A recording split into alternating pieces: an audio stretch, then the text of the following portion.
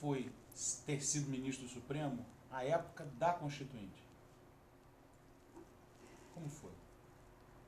Não, eu acho que a Constituinte agiu, essa Constituição nossa resultou de um trabalho de uma Constituinte que foi a mais aberta possível, uma Constituição mais democrática, se nós podemos usar essa expressão que nós tivemos, foi esta, em que havia o comparecimento de milhares de pessoas interessadas, de grupos, de representações, de sindicatos, de associações, dos maiores, todos os interesses nacionais, enfim, tiveram oportunidade de ir lá levar seu ponto de vista, etc., e pressionar os deputados. Foi um trabalho feito realmente com muita participação do povo, que não só escolheu os seus representantes, mas quis, por suas entidades de classe, as entidades civis, quis continuar acompanhando os trabalhos dos seus representantes. Os ministros do Supremo foram ouvidos? Interviram no processo? No Não, debate? não, intervenção nesse sentido não. Mas, naturalmente, determinados assuntos que diziam respeito ao Poder Judiciário, o Supremo fez ponderações, ainda que informais, né? Mostrando, porque às vezes são questões técnicas que convém esclarecer, né? E isso é legítimo. Ele não atua como uma atividade jurisdicional. Desempenha aí uma atividade tipicamente administrativa, né? de cooperação com o outro poder. Mas houve algum tipo de organização institucional do tribunal para acompanhar Não. as sessões? Não, isso não. Eu acho que o tribunal foi sempre tendo presente, porque recordo que o trabalho foi um trabalho muito intenso, né? Foi todo o ano de 77. 87, sim. E até outubro, quando saiu a Constituição, quer dizer, houve muitas mudanças, aqueles comissões temáticas, depois a fusão, o outro grupo, como é que se constituiu lá pelas tantas? O Grupo Afonso Arinos. Missão Afonso Arinos? Não, Afonso Arinos foi anterior, né? Foi o próprio governo que tinha constituído a comissão. Foi a comissão dar dele. exemplos de como foram algumas dessas suas intervenções informais durante a Constituinte? Não, eu acho que o problema de esclarecimento sobre a organização que os assuntos mais importantes foram esses o primeiro projeto tratava de uma maneira muito superficial, falava até num tribunal constitucional, previa a criação de um tribunal constitucional. E depois é que se evoluiu para a ideia de manter o Supremo como estava e ser criado, então, o Superior Tribunal de Justiça, que não estava no primeiro projeto. O senhor participou desse debate? Não participei.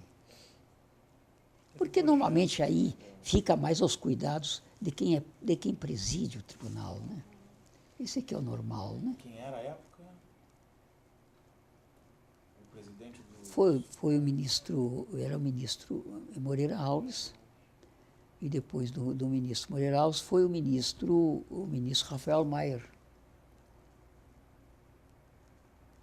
O Rafael Maier que ficou na maior parte dos trabalhos da Constituinte, porque eu sucedi na presidência o Rafael Maier.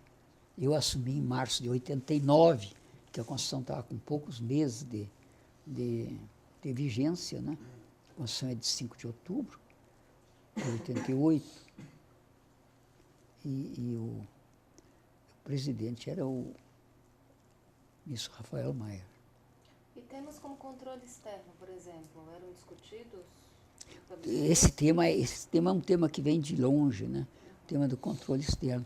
Tanto que a Constituição não chegou a introduzir o controle externo, só veio agora com a emenda, essa emenda constitucional, a 45, né? Que criou o Conselho Nacional de Justiça, o Conselho Nacional do Ministério Público,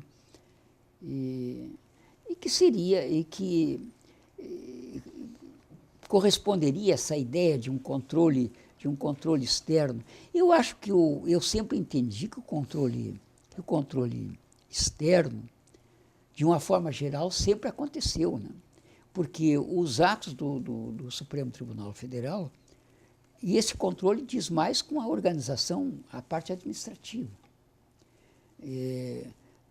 com a disciplina da vida judiciária, o controle disso tudo, porque quanto à parte jurisdicional, o controle externo não pode intervir, porque aí seria contrário, feriria uma cláusula pétrea da independência dos poderes.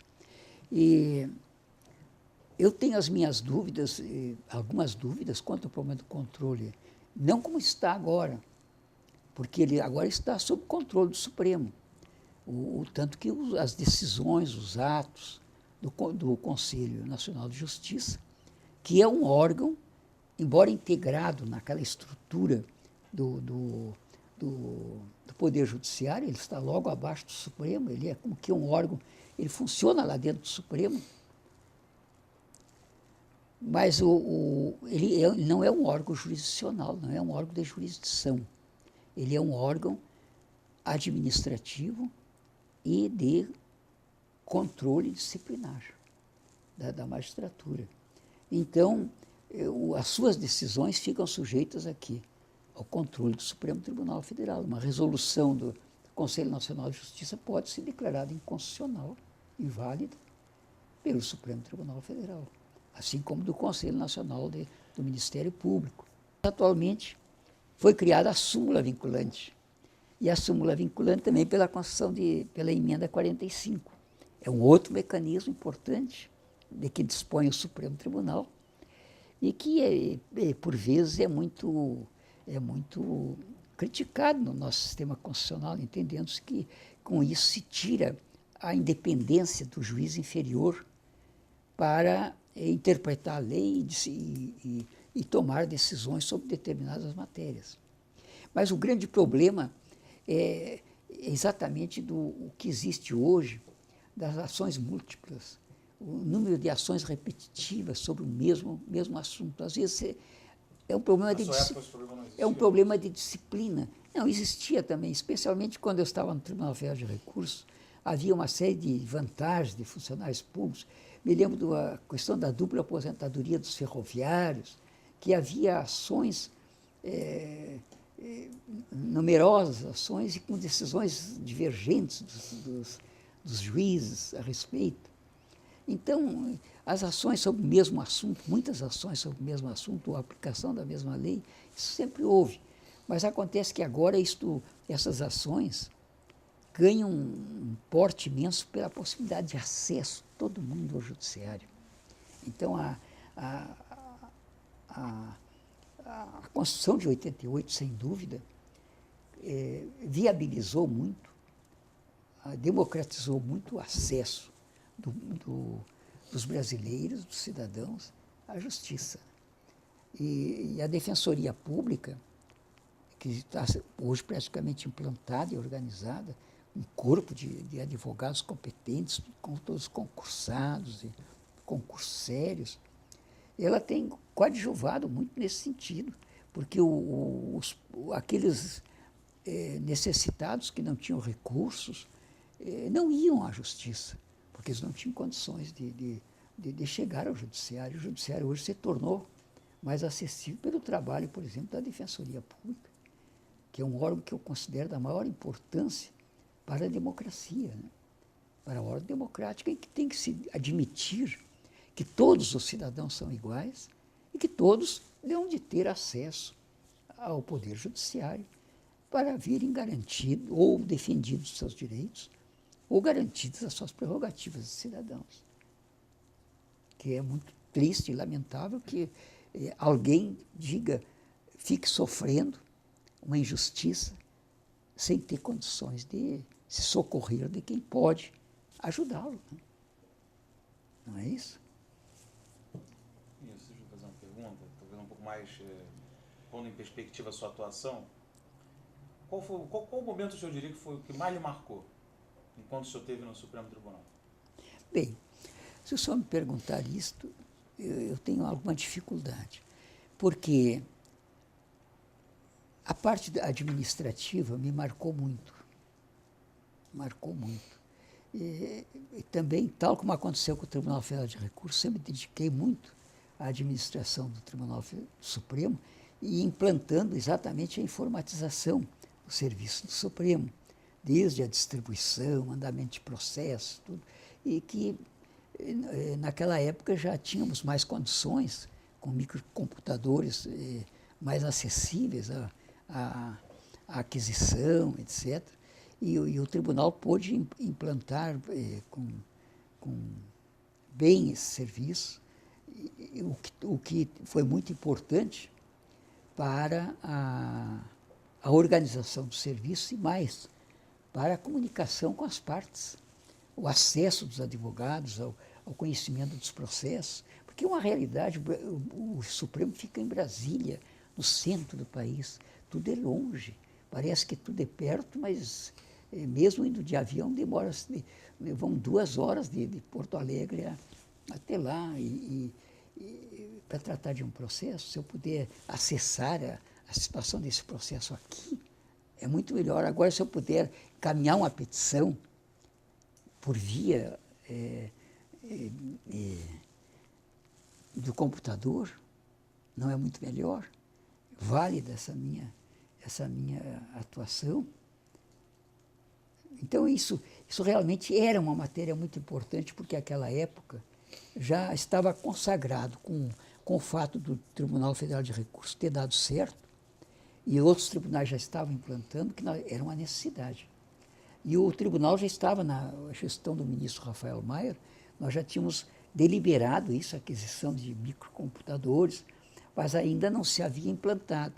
Então eu tive esse trabalho de fazer efetiva essa realização, deixar de distribuir processo com sorteio mediante a retirada daquelas bolinhas e passar a distribuição dos processos fazer por computador foi uma coisa realmente muito, muito gratificante. E a reestruturação dos serviços do tribunal, tudo com a utilização do computador. Mas um outro trabalho que também me empolgou muito no Supremo Tribunal Federal e na fase administrativa foi o trabalho com os tribunais. E o trabalho para que se conscientizasse todo o Poder Judiciário da autonomia administrativa e financeira que a Constituição de 88, no seu artigo 99, tinha assegurado aos tribunais. Porque antes, como eu referi, para se conseguir um recurso financeiro na administração do tribunal, é necessário a boa vontade da classe política, e particularmente do presidente, do chefe do Poder Executivo, no âmbito estadual dos governadores, no âmbito federal do presidente da República. E agora os tribunais podiam ter autonomia no sentido de organizar o seu orçamento, fazer os seus planos administrativos, planos de obras, inclusive, como tem a Justiça Federal, com a Justiça Eleitoral, por exemplo, com os tribunais regionais eleitorais, fazem um planejamento das eleições, tudo isso é feito, dimensiona-se o valor, e isso é incluído no orçamento. E são recursos que são depois administrados, são submetidos ao Tribunal de Contas, a prestação de contas. Os tribunais não ficam isentos, isso é que é importante. O tribunal é tratado como uma repartição para os efeitos da fiscalização dos seus trabalhos, e particularmente com a aplicação dos dinheiros públicos. Então, por isso que eu disse, de certa maneira, um controle externo sempre houve, porque o Tribunal de Contas sempre teve competência para examinar os atos administrativos dos tribunais, o Tribunal de Contas no Estado, relativamente ao Tribunal de Justiça, e o Tribunal de Contas da União, quanto a todos os tribunais federais, inclusive o Supremo Tribunal Federal. Porque isso é parte administrativa. Mas o trabalho que eu fiz visava 2 coisas. Em primeiro lugar, essa conscientização, isso se realizou especialmente com um procedimento. Encontros regionais do presidente do Supremo com os presidentes dos tribunais. Por exemplo, eu fiz um encontro no Ceará, reunindo todos os estados, os presidentes dos tribunais daqueles estados do Nordeste. Um encontro em Cuiabá, reunindo os presidentes dos tribunais do Norte e Centro-Oeste. E depois fizemos ainda um terceiro encontro aqui, aliás, um outro encontro em Foz do Iguaçu, reunindo os presidentes de todos os tribunais, quando então nós demonstramos a possibilidade de, já implantado o sistema informatizado aqui, fez-se uma demonstração com telões, etc. Foi um trabalho um encontro muito interessante, com o objetivo de despertar o interesse dos tribunais todos para que se informatizassem, para verem que isso era possível. Então, fez-se uma experiência acessando os processos no Supremo Tribunal Federal. E o senhor que convocava os encontros? Eu convocava. O presidente do Supremo. Qual era a instituição organizadora do encontro? Não, normalmente, não, era o próprio Supremo. Se fazia sem muito custo, porque cada tribunal tinha o seu presidente ou os representantes vinham com recursos próprios, porque isso era assunto do interesse de cada tribunal e a finalidade de nós discutirmos assuntos que diziam respeito à utilização dessa autonomia. Isso mobilizou, então, a magistratura nacionalmente? Sim, de certa maneira, eu trabalhei bastante nesse sentido. Depois eu sempre participei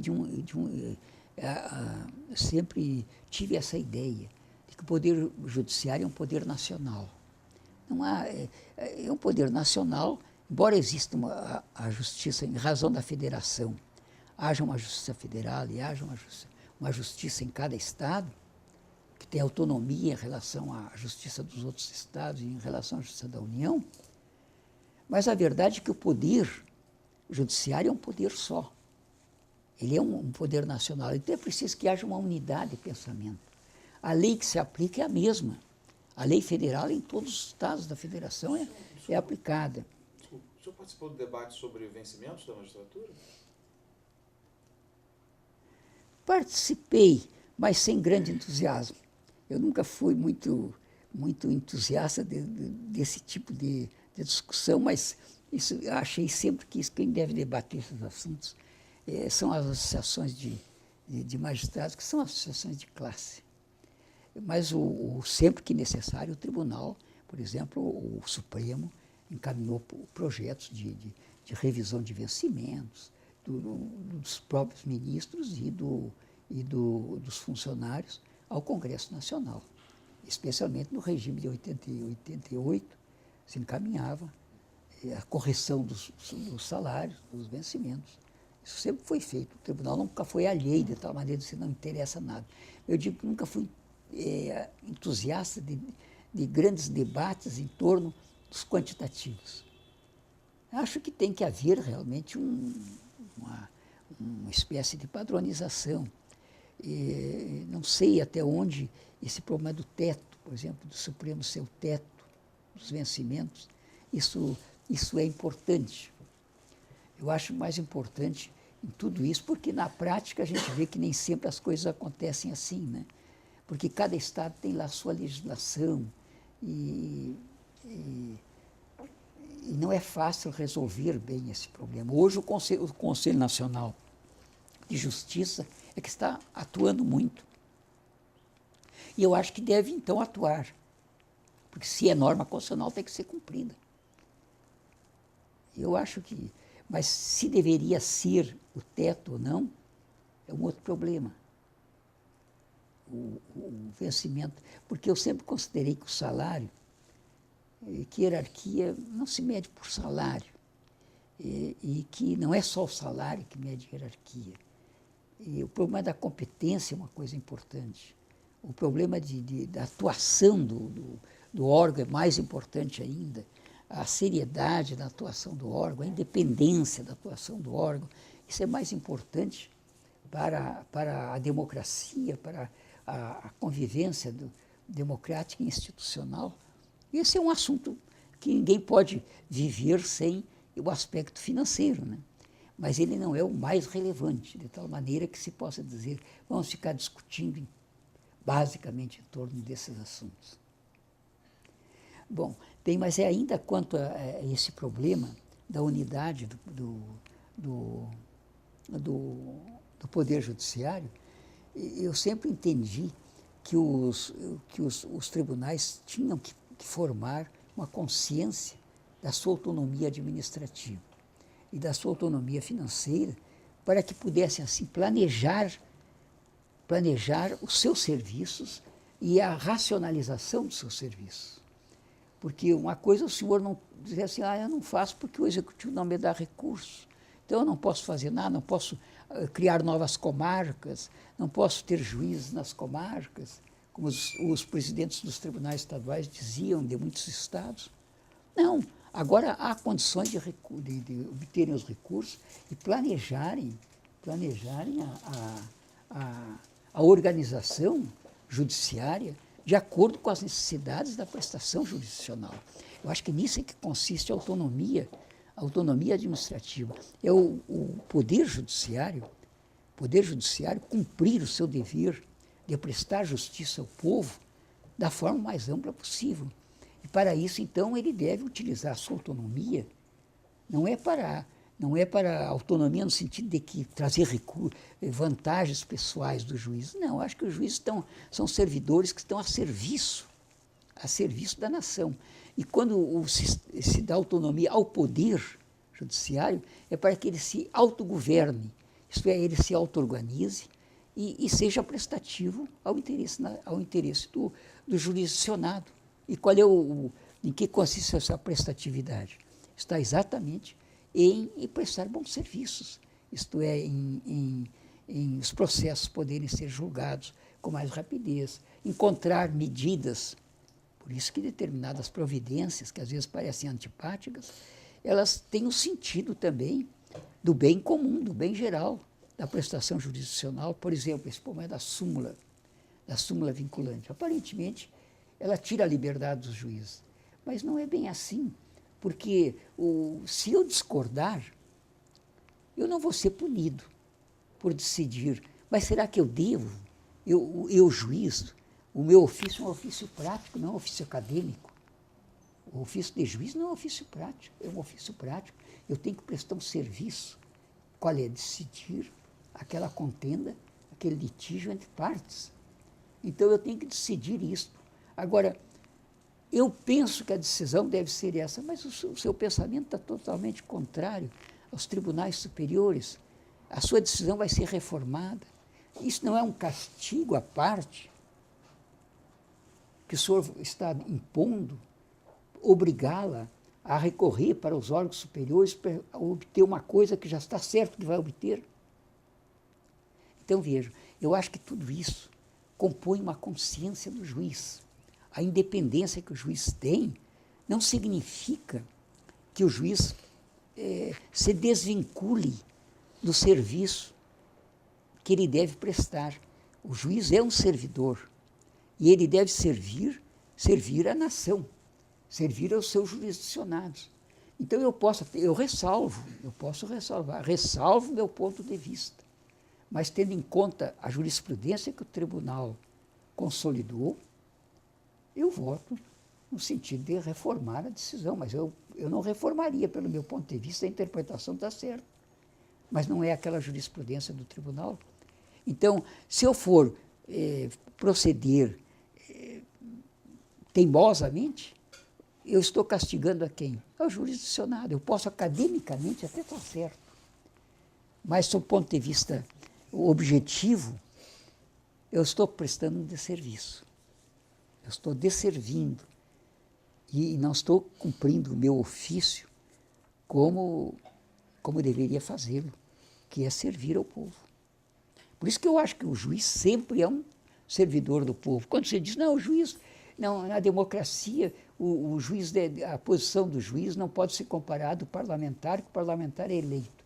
Não, não tem nada. O juiz é um servidor do povo também. Como o parlamentar deve ser um servidor do povo, fazer boas leis.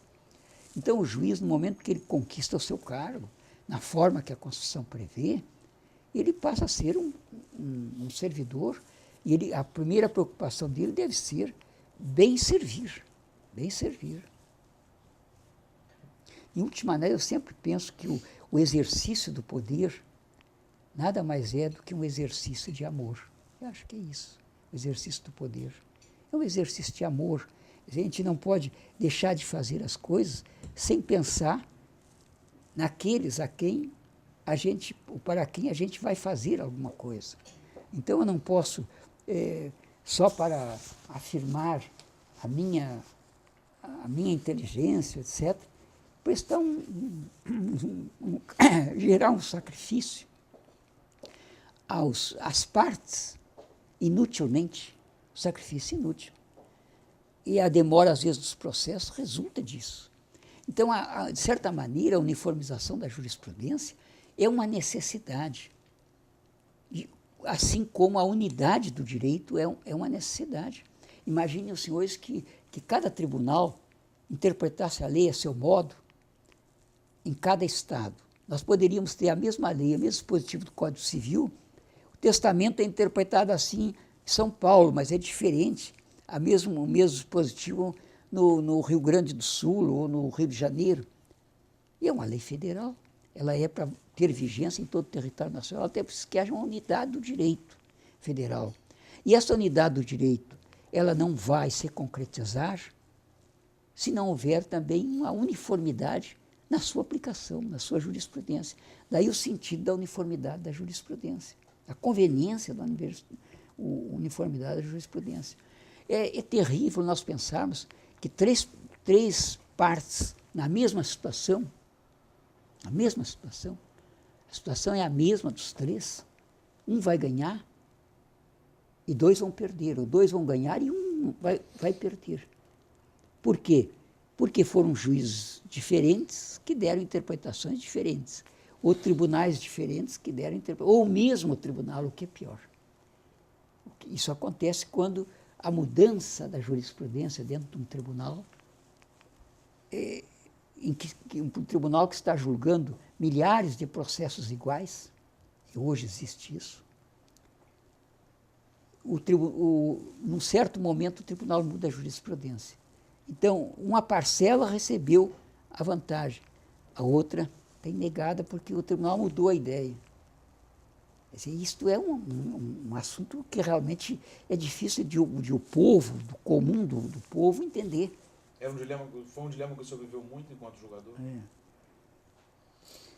Eu sempre tive como linha de ação a independência, mas sempre compreendi que a independência não pode ser posta em função de uma linha egoística, isto é, porque eu penso assim eu vou decidir. Se se trata de um assunto que já está plenamente decidido, assentado, pode só ter uma orientação diferente, meu ponto de vista diferente. Eu ressalvo, meus votos sempre costumava fazer isso, ressalvo meu ponto de vista. Às vezes até deduzia meu ponto de vista, dizendo que sucede que o tribunal, nesses tais, firmou uma jurisprudência diferente. Na linha dessa jurisprudência eu decido, porque eu não vou prejudicar a parte. Né? Então eu acho que essa é um comportamento que eu sempre, uma linha de comportamento que eu sempre procurei adotar, sem prejuízo, portanto, da minha independência de pensar e de decidir. Eu não posso sobrepor esta minha independência no sentido de sacrificar o interesse das partes. Se eu sei que elas vão ganhar, porque a jurisprudência do tribunal é em sentido contrário, por que eu vou retardar a conquista desse direito da parte só porque eu entendo diferentemente? Mas é um grande dilema que os juízes têm. sem dúvida nenhuma. Daí o problema da súmula vinculante. Agora, eu acho, de qualquer maneira, vejam bem, que a súmula vinculante não pode ter uma consequência de punição do juiz. Eu acho que é uma inconveniência, estou dizendo que aí é um problema de orientação pessoal, mas eu acho que o juiz não comete nenhuma infração, se ele resolver decidir conforme ele entende, sustentando no processo que a orientação do tribunal não está data vênia correta, por isso, é fundamento. Eu acho que tem que ser garantida essa liberdade do juiz. Então, eu acho que há a possibilidade de conciliar a súmula com a independência. Quer dizer, eu acho que a súmula por si só não coarcta a independência. Ela é uma linha de orientação. E aí, o que é de se fazer o apelo, exatamente a consciência do juiz de não sobrepor o seu pensar ao pensar da corte, prejudicando o interesse das partes. Porque o que ele deve é prestar serviço às partes. E ele não estará prestando esse serviço se ele sacrificar as pessoas, no sentido de obrigá-las a recorrer com novos recursos. A posição do juiz não é uma posição fácil. Ele tem que conciliar uma série de dilemas, por vezes, né? Superá-los. Né? Ministro, dilemas, processos, a posição do juiz, eu fiquei pensando, de todos os processos que o senhor julgou, qual aquele ou quais aqueles que mais lhe marcaram? Eu não posso, não é fácil, eu não posso dizer, porque eu julguei processo de tudo quanto foi espécie, né? Desde intervenção federal, desde de extradição. Por exemplo, eu julguei um processo de extradição muito interessante, em que se põe exatamente esse dilema. Foi aquele caso, foi bem nos últimos tempos, que eu estive no Supremo, daquela mexicana, cantora mexicana, Trevi, como é o primeiro nome? Glória Trevi. Glória Trevi. O senhor julgou esse processo? Eu fui o relator. O caso era de extradição, né? O caso era típico de extradição e o tribunal deferiu a extradição. Dá-se que, nesse ínterim, ela ficou grávida no presídio. Então, está diante de um problema de gravidez. E aí, como resolver? O tribunal assegurou que ela desse à luz a criança num hospital de Brasília, todas as garantias humanas, etc. Mas ela não queria voltar, porque havia perigo de vida lá no México, etc. Não queria ser extraditada. O tribunal já tinha decidido sobre a extradição. E aí ela acusou como autores da gravidez dela, pai, portanto, os delegados da Polícia Federal, criando uma situação tremenda para a Justiça Federal, que tinha a guarda dela. Né? E aí como fazer? Como resolver isso tudo? Os delegados entraram pedindo então que fosse feito o exame de DNA. Ela se opôs ao exame de DNA, não queria que fizesse o exame de DNA. Porque, invocando seu direito à intimidade. E o tribunal decidiu, determinando que fosse feito o exame a partir da